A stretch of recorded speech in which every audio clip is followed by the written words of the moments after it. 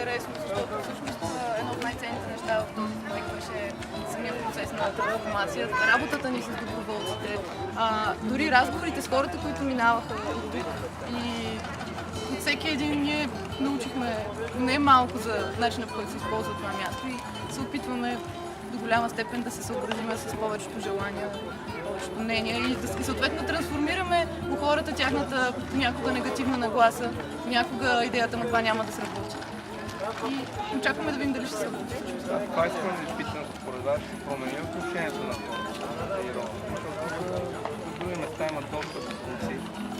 Ами той тук имаше страшно много боклуци, това, че ги изчистихме едно добро начало. От тук нататък разчитаме единствено на добрата воля на хората. Надяваме се все пак и с повече организации на производстване от общината, нещата да тръгнат към по-добре и се надяваме всеки един всъщност дори всичко е толкова нормално, когато носиш след себе си буклук, просто да го отнесеш, да не го оставяш на място. В планините не може да има кошчета за буклук, това е ясно на всички.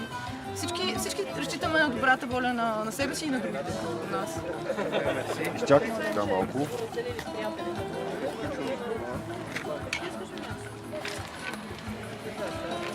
Той е така. Все едно си говори.